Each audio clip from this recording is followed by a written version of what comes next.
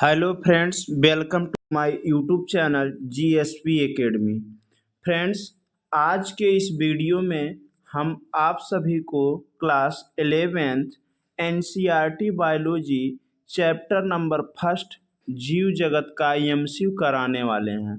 Friends, video को बिना skip किए हुए वीडियो के अंत तक बने रहिए, क्योंकि वीडियो ये बहुत ही कम समय में आपको 20 MCQ क्वेश्चन इस वीडियो के माध्यम से मिलने वाला है।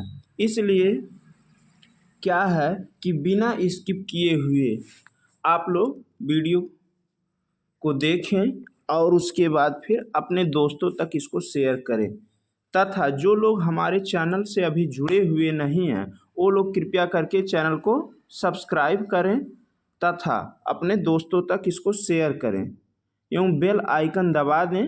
इसी प्रकार से आप लोग को नया वीडियो मिलता रहेगा। तो चलिए अब शुरुआत किया जाता है। चैप्टर नंबर फर्स्ट है जीव जगत। जीव जगत चैप्टर का नाम क्या है? जीव जगत। ये आप लोग देख पा रहे हैं, एनिमल किंगडम। तो इसका क्या है, हम एमसीक्यू कराने वाले हैं एनसीईआरटी का, और ये वीडियो हमारा उन सभी के लिए आवश्यक होने वाला है जो बच्चे वनडे एग्ज़ाम या फिर नीट एग्ज़ाम, बीएससी नर्सिंग या अन्य पैरामेडिकल कोर्स जिसमें भी, चाहे कोई भी कंपटीशन का तैयारी कर रहे हो जिसमें भी बायोलॉजी का जिक्र किया गया है, तो उसके लिए ये महत्वपूर्ण होने वाला है। इसलिए आप लोग वीडियो के अंत तक बने रहिए। बहुत कम समय में ये आपको 20 क्वेश्चन का एमसीक्यू ऑथेंटिक सॉल्यूशन के साथ उपलब्ध करा दे रहे हैं। तो चलिए देखते हैं। मछलियों का अध्ययन जीव विज्ञान की किस शाखा के अंतर्गत करते हैं? तो क्या हो जाएगा, हर्पेटोलॉजी, हेलमेंथोलॉजी, ओफियोलॉजी, इक्थियोलॉजी। तो क्या है यहाँ, इक्थियोलॉजी पर राइट आंसर होगा। इस पर हम लोग क्लिक कर देते हैं, इक्थियोलॉजी। अगला प्रश्न है, मुकुलन द्वारा जनन किसमें होता है? मुकुलन द्वारा जनन किसमें होता है? तो क्या हो जाएगा इसमें, पेनिसिलियम, पेनिसिलियम पैरामीशियम रहेगा, यहाँ मिसप्रिंट है, पैरामीशियम हो गया है। ईस्ट, इनमें से कोई नहीं। तो मुकुलन प्रकार का जनन किसमें, ईस्ट में होता है और हाइड्रा में होता है। तो यहाँ राइट आंसर हो जाएगा ईस्ट। अगला प्रश्न क्या है,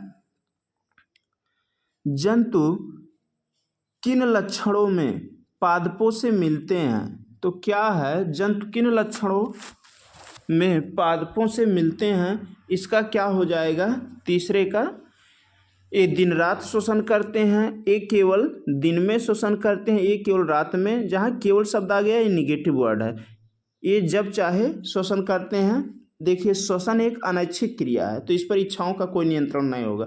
तो इसलिए ये तीनों ऑप्शन क्या है, दूसरा, तीसरा, चौथा गलत है, पहला ऑप्शन राइट हो जाएगा इसका।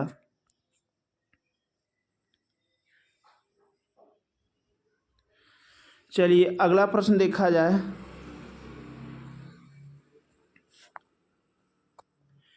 बिना निषेचन के फल निर्माण को क्या कहते हैं? तो बिना निषेचन के फल निर्माण को अपयुग्मन, असंग जनन, अनिषेक जनन, इनमें से कोई नहीं। तो यहाँ क्या हो जाएगा इसका, अनिषेक जनन हो जाएगा। बिना निषेचन के फल निर्माण की प्रक्रिया अनिषेक जनन, या इसी को अनिषेक फलन भी बोला जाता है। आगे असंग जनन था, तो बिना निषेचन के बीज निर्माण की प्रक्रिया को कहा जाता है। इसी बीच हम आप लोगों के लिए कुछ 2 लाइन मोटिवेशनल लाइन लिखे हैं, वो आप लोगों के लिए रहेगा, तो इसको भी आप लोग सुन लीजिए। गन्ने में जहाँ गांठ होती है वहाँ रस नहीं होता, गन्ने में जहाँ गांठ होती है वहाँ रस नहीं होता, जहाँ रस होता है वहाँ गांठ नहीं होती। जिंदगी भी कुछ ऐसी ही है जो जहाँ, जिंदगी भी कुछ ऐसी ही है जहाँ बिना पढ़ाई के कुछ नहीं होता, बिना पढ़ाई के कुछ नहीं होता। इसलिए क्या है, दुनिया का कोई भी काम है उसमें कहीं ना कहीं आपको दिमाग लगाना ही पड़ेगा, वहाँ आपको शिक्षा की आवश्यकता पड़ेगी। इसलिए आप लोग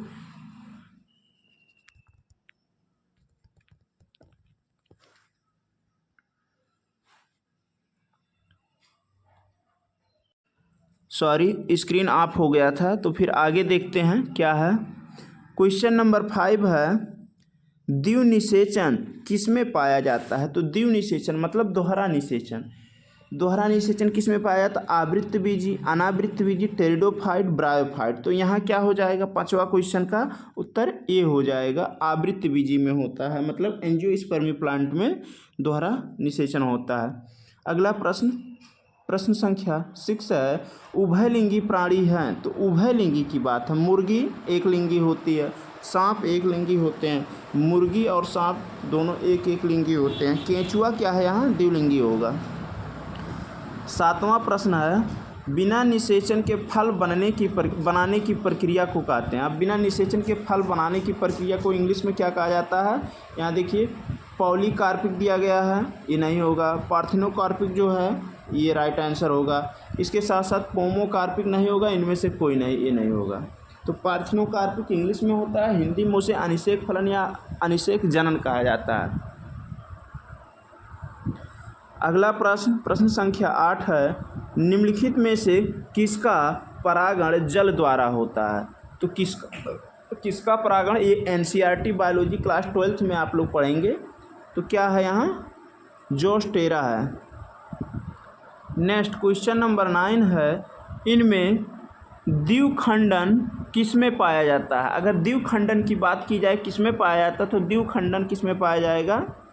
अमीबा में। आप लोग जब कायिक जनन पढ़ाया गया था क्लास 10th में आप लोग के लिए, और उसमें 12th में पढ़े होंगे कायिक जनन, तो उसमें क्या है? विखंडन प्रकार का जनन होता है, मुकुलन प्रकार का जनन होता है, कायिक प्रवर्धन होता है, कलम लगाना, गुटी विधि, ये सब है। अमीबा और पारामीशियम में क्या है? संयुग्मन प्रकार का जनन होता है, अमीबा में विखंडन प्रकार का जनन होता है। तो द्विखंडन दिया गया है, यहाँ राइट आंसर ये होगा। अगला प्रश्न, प्रश्न संख्या 10 है, समसूत्री विभाजन होता है। तो समसूत्री विभाजन किस में होता है? कायिक कोशिकाओं में होता है। अर्धसूत्री विभाजन किस में होगा? जनन कोशिका में होता है। कायिक कोशिका में एवं जनन कोशिका दोनों में। तो ये जो है नहीं होगा, इनमें से कोई नहीं होगा। Right answer option number A हो जाएगा। अगला प्रश्न देखते हैं, इसके बाद क्या है नेक्स्ट कर देते हैं। हाँ, नेक्स्ट क्वेश्चन नंबर 11, एक कोशिकीय प्राणी के लिए प्रोटिस्टा शब्द का प्रयोग किसने किया? तो यहाँ क्या है? एक कोशिकीय प्राणी के लिए प्रोटिस्टा शब्द का प्रयोग किसने किया है? हैकेल ने किया है, हैकेल। अगला प्रश्न है, दुधवा राष्ट्रीय उद्यान। ये देखिए यूपीएससी तक के एग्जाम में, यूपीपीसीएस, ऑल स्टेट पीसीएस आदि एग्जामों में पूछे गए क्वेश्चन है ये। दुधवा राष्ट्रीय उद्यान कहाँ स्थित है? तो यहाँ दुधवा नेशनल पार्क लखीमपुर खीरी में स्थित है, जो क्या है? उत्तर प्रदेश में है। आप लोग कमेंट बॉक्स में प्रश्न का उत्तर बताएंगे कि क्षेत्रफल की दृष्टि से उत्तर प्रदेश का कौन सा जिला है? क्षेत्रफल की दृष्टि से सबसे बड़ा जिला उत्तर प्रदेश का कौन सा जिला है? आप लोग कमेंट बॉक्स में इसका उत्तर बताएंगे। अगला प्रश्न है, प्रश्न संख्या 13, द्विनामकरण पद्धति किसके द्वारा दिया गया? तो यहाँ क्या है? लिने दे दिया गया है, जबकि लिने आंसर राइट है, कैरोलस लीनियस रहेगा, यहाँ ये मिसप्रिंट है। इसमें हम लिख देते हैं कैरोलस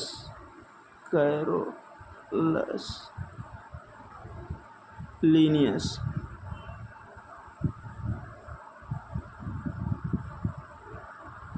यहाँ अगला प्रश्न देखा जाए, थाइलस हरा चिपटा फीते के आकार का डॉर्सीवेंट्रल और डाइकोटिम्यूसली ब्रांच्ड होता है। तो क्या है? यहाँ मास दिया गया है, रिक्सिया दिया गया है, स्पायरोगाइरा है, पेनिसिलियम है का है। तो क्या होगा? पेनिसिलियम तो कवक है, उसमें थाइलस पाया ही नहीं जाएगा। स्पायरोगाइरा सवाल है, इसमें मिल सकता है, लेकिन ये भी राइट आंसर नहीं होगा, क्योंकि इसमें जो है ये हरा भले होता है, चिपटा होता है, फीते के आकार का होता है, लेकिन थाइलस उसमें नहीं पाए जाते हैं। तो यहाँ रिक्सिया आंसर राइट हो जाएगा। अगला प्रश्न, प्रश्न संख्या 15 है, जैव विविधता क्यों आवश्यक है? तो जैव विविधता क्यों आवश्यक है? सुंदरता के लिए? ऐसा तो नहीं है। पर्यटन के लिए? नहीं है। व्यापार के लिए? नहीं है। यहाँ क्या हो जाएगा? जैव चक्र संचालन के लिए, जो बायो साइकिल चलता है उसी के लिए ये आवश्यक है जैव विविधता। नेक्स्ट प्रश्न संख्या 16 है, पारितंत्र संचालित होता है। तो पारितंत्र संचालित होगा पारितंत्र किससे? जैव समरूपता से, जैव विविधता से, पादप समुदाय से, जंतुओं से। तो यहाँ राइट आंसर क्या हो जाएगा? जैव विविधता से। अगला प्रश्न संख्या 17 है, माइकोप्लाज्मा है। माइकोप्लाज्मा है तो क्या हो जाएगा? ये प्रोकैरियोटिक होगा। प्रोकैरियोटिक, यूकैरियोटिक होगा नहीं क्योंकि सबसे छोटी कोशिका है। होलोजोइक नहीं होगा। होलोजोइक तो एक प्रकार का न्यूट्रिशन है। मोनोमॉर्फिक ये अलग चीज़ है।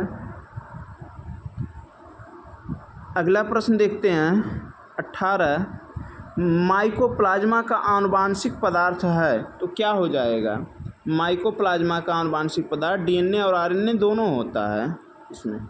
नेक्स्ट, माइकोप्लाज्मा का आरएनए पाया जाता है, किसमें पाया जाएगा?